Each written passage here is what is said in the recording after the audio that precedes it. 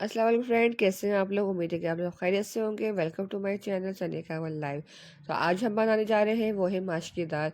तो माश की दाल की रेसिपी आपको शेयर करते हैं। इंशाल्लाह आपको ये रेसिपी बहुत अच्छी लगेगी। एक दफ़ा मेरे तरीके से माश की दाल बना के देखिएगा तो, और मुझे ज़रूर बताइएगा कि कैसी बनी। तो स्टार्ट करते हैं। तो हमने एक कप माश की दाल ले ली थी, तो और इसको हमने अच्छे से भिगो के रख दिया था आधा घंटे के लिए।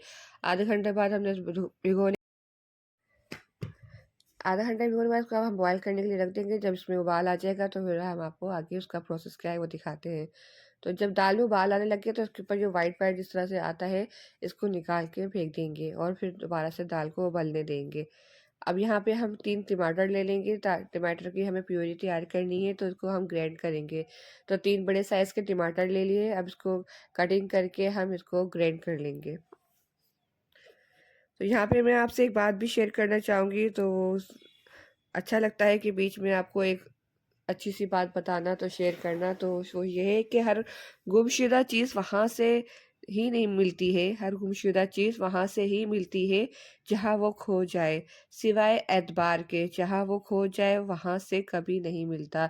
ये बात तो सच है, हकीकत है कि एतबार जब किसी के ऊपर से उड़ जाए ना, तो फिर वो वापस नहीं होता है, चाहे आप कितनी भी कोशिश कर लें उसको सामने वाले को अच्छा बनाने के लिए। तो ज़िंदगी में ऐसा तो सबसे बड़ा जो है ना, जितना इंसान के अंदर, वो है एतबार। अगर एतबार एक दफ़ा खो गया तो फिर वापस नहीं मिलता। ये बात तो सच है, हकीकत है। तो यहाँ हमने टमाटर की प्यूरी बना ली थी। टमाटर जो 3 थे वो ग्राइंड कर लिए थे। अब एक बड़ी प्याज ले लेंगे, इसको अच्छे से फ्लो करके छील के छिलका उसका उतारेंगे और इसको बारीक कटिंग कर लेंगे। तो यहाँ प्याज को कटिंग करने के बाद हम आपसे एक और बात शेयर करेंगे कि मरहम की लालच में अपनी दुखती रग को का पता ना लोगों को देना बेवकूफ़ की आखिरी हद है। ये भी एक अच्छी बात है।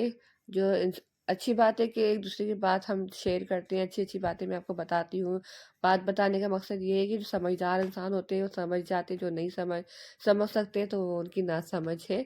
तो यही कि अपनी अपना दुख कभी भी किसी को ना बताएं, क्योंकि अक्सर ऐसा होता है सामने वाला आपके इस दुख से फ़ायदा भी उठा सकता है, या फिर आपके साथ वो इस दुख फ़ायदा के साथ साथ आपका मजाक भी बना सकता है। तो दोनों में से कोई एक बात ज़रूर होती है, अपना दुख किसी को भी ना बताए, अपना राज किसी को भी नहीं बताए, क्योंकि वो सामने वाला शख्स आपको आपका राज सुन के आपके पास आपसे इस बात का जो है बदला भी ले सकता है, आपका राज फाश भी कर सकता है, और आप यानी कुछ भी कर सकता है। सामने वाले पे कभी भी भरोसा ना करें। और ज़्यादातर ऐसा होता है कि लोग मजाक भी बनाते हैं। तो अपना दुख सिर्फ अपने रब को बताएं, अपने अल्लाह को बताएं, और वही है जो इस बात का पर्दा भी रखता है और हमारे सारे दुख को दूर भी करता है और हमारी सारी परेशानियों को दूर करता है। अल्लाह पाक सबकी परेशानियां दूर करे, आमीन सुम्मा आमीन। तो यहाँ पे एक हमने कढ़ाई ली थी, कढ़ाई के अंदर तेल डाल लिया था, या 1 कप जितना आपने तेल की ज़रूरत होती है। बहुत से लोग तेल ऑयल कम इस्तेमाल करते हैं, कुछ ज़्यादा, लेकिन मैं अपने हमारे घर में जितना इस्तेमाल होता है मैं वही इस्तेमाल कर रही हूँ। तो यहाँ पे हमने प्याज काट के रखी हुई थी, तो यहाँ प्याज ब्राउन हो रही है। साथ में मैंने आपको गरम मसाला दिखाया था, जिसमें लौंग लौंग और काली मिर्चें और ज़ीरा, बस ये 3 चीज़ें ली थी, और ज़्यादा गरम मसाला इसमें नहीं डलता है। सिर्फ यही चीज़ें डलती है, उसकी उससे खुशबू बहुत अच्छी आती है। तो यहाँ जैसे ही प्याज ब्राउन होने लगी थी स्लो स्लो, तो उसके अंदर जो है ना हमने ये गरम मसाला ऐड कर दिया था, और साथ जीरा भी डाल दिया था। अब यहाँ पे देखिए प्याज हमारी ब्राउन हो गई है। अब इसके अंदर हम अब 2 चम्मच भर के ना लहसुन अदरक का डाल देंगे। लहसुन अदरक का पेस्ट डालिएगा। तो ये 2 चम्मच लहसुन का पेस्ट डाल के इसको भी अच्छे से 1 से 2 मिनट के लिए भून लेंगे। इसकी भी खुशबू बहुत आती है, और लहसुन अदरक ज़रूर भुना करें, ताकि उसका जो खुशबू होती है वो निकल जाए। कच्चापन की खुशबू लहसुन अदरक की सालन के अंदर, हमारे डिश के अंदर नहीं आए। अब यहाँ पे हमने 2 से 1-2 मिनट हमने लहसुन अदरक को भूना था प्याज के साथ। अब जो हमने टमाटर ग्राइंड करके रखे हुए थे, वो टमाटर भी हमने इसके अंदर ऐड कर दिए। अब ये देखिए 3 टमाटर हमने जो ग्राइंड किए थे, अब इसको अच्छे से भूनेंगे। तो उसको भूनेंगे तो उसमें पानी की ज़रूरत बिल्कुल नहीं होती, क्योंकि टमाटर जो होते हैं वही खुद उसमें पानी होता है। तो हमने अभी देखें, अभी तक इसमें हमने पानी ऐड नहीं किया है। अब इसके अंदर हम जो डालेंगे वो है कुटी हुई मिर्च। तो 1 चम्मच कुटी मिर्चें, और आपको मैं हर वीडियो में यही बोलती हूँ कि मिर्चें जो है आप अपने खुद से इस्तेमाल किया करें। यानी कुछ घर की मिर्ची जो होती है वो बहुत तेज़ होती है, और कोई मिर्चें होती हैं लाइट। तो सबको अपने घर की मिर्चों का अंदाज़ा होता है कि कितनी तेज़ है। तो यहाँ पे मुझे पता था, तो इसलिए मैंने अपने अपने हिसाब से 1 चमचा भर के कुटी हुई मिर्ची डाल दी थी और आधा चमचा इसमें मैंने हल्दी ऐड कर दिया था और नमक डाला था हस्बे ज़रूरत, जितना हमें नमक की ज़रूरत होती है। तो नमक चख लिया करें, तो बाद में फिर कम भी पड़े वन कम हो जाए ना नमक, तो वो चल जाता है, लेकिन जब नमक तेज़ हो जाए, ज़्यादा हो जाए ना, तो वो बहुत मुश्किल हो जाता है उसको लाइट करना। तो लाइट नमक हो, तेज़, तो वो उसको थोड़ा-सा ऊपर से हम डाल के खा सकते हैं। तो नमक अपने हिसाब से डालिएगा ना। अब यहाँ पे देखिए, अब अच्छे से हमने जो सब सारे मसाले इसमें ऐड कर दिए थे, अब उसको अच्छे से खूब भूनेंगे। ये इस तरह से भूनेंगे, अभी भी इसके अंदर पानी है, तो अभी भी इसको हम और भूनेंगे, इतना भूनेंगे कि बिल्कुल जो तेल है ना, ऑयल ऊपर नज़र आने लग जाए, बिल्कुल भुना-भुना सालन दिखे। अब हमने 2 से 3 मिनट इसको छोड़ दिया था, अब टमाटर का पानी बिल्कुल खुश्क हो गया है।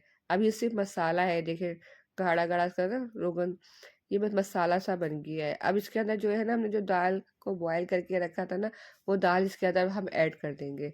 अब बिल्कुल देखिए इस तरह से होना चाहिए कि नीचे हल्का-हल्का लगना शुरू हो जाए ना, समझिए आपका पानी खुश्क हो चुका है और आपका मसाला रेडी हो चुका है, और ये तार या ऑयल, रोगन जो भी आपसे कहते हैं, ये ऊपर आपको ऑयल नज़र आने लगे, तो बस इसके साथ ही हम जो है ना, जो माश की दाल हमने उबाल के रखी हुई थी, उसमें ऐड कर देंगे। अब उसको ऐड करने के बाद ना, उसको अच्छे से भूनेंगे। 1 से 2 मिनट तक ऐसे थोड़ा-सा चम्मच चलाएँगे, क्योंकि अभी इसमें ना पानी इसकी अब आपको पानी नज़र आएगा, क्योंकि हमने दाल के अंदर थोड़ा-सा पानी छोड़ दिया था। इसलिए क्योंकि दाल में जब हमने मसाले में नमक दाल जब हमने बॉयल करी थी ना, तो उसके अंदर हमने नमक नहीं डाला था। हमने नमक जो डाला है, सॉल्ट, वो डाला है मसाला में। अब ये जो मसाले का जो उसके अंदर नमक था ना, वो सारा दाल के अंदर भी आ जाएगा, तो इसलिए हमने दाल में पानी थोड़ा-सा छोड़ दिया था, ताकि इसमें पानी खुद ही खुश्क हो जाए और नमक जो है इसके अंदर आ जाए। अभी हमने 2-3 हरी मिर्चें थी, तो बड़ी वाली हरी मिर्ची लेइएगा, उसका जायका ज़्यादा अच्छा आता है, उसका टेस्ट बहुत अच्छा होता है। तो ये है कि बड़ी 3 हरी मिर्चें लेके हमने ऐसे डाल दिया था, और उसको हम ढक के रख देंगे 5 मिनट के लिए, बिल्कुल हल्की आँच के। तेज़ आँच पे नहीं रखिएगा, वरना वो दाल आपकी जो है जल जाएगी, तो बिल्कुल स्लो आँच पे रख के रख दीजिएगा। ये देखिए, अब मिर्चें भी हमारी जो है नरम हो गई हैं, और दाल भी हमारी खुश्क हो गई है पानी, और बिल्कुल अच्छे से देखिए बन के रेडी हो गई है। बस अब हम यहाँ पे क्या करेंगे, चूल्हा बंद कर देंगे। यहाँ पे हमारी दाल बनकर रेडी हो गई है।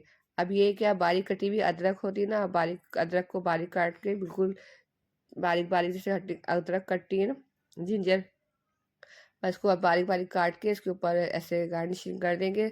अदरक बहुत अच्छी होती है, हाजमा भी करती है, तो ये उसके साथ हम हरा धनिया जो हमने कटिंग करके रखा हुआ था, उसके ऊपर हरा धनिया ऐड कर देंगे। अब हमारी दाल बन के तैयार हो गई है। अब आप ट्राई करके ज़रूर देखिएगा मेरी रेसिपी। अगर आपको मेरी रेसिपी अच्छी लगती है, तो प्लीज़ मेरे चैनल को लाइक और सब्सक्राइब ज़रूर करिएगा। आपको मेरी दाल कैसी लगी, ये भी ज़रूर बताइएगा, और अपना बहुत सारा ख़्याल रखिएगा, दुआओं में याद रखिएगा। अल्लाह हाफ़िज़।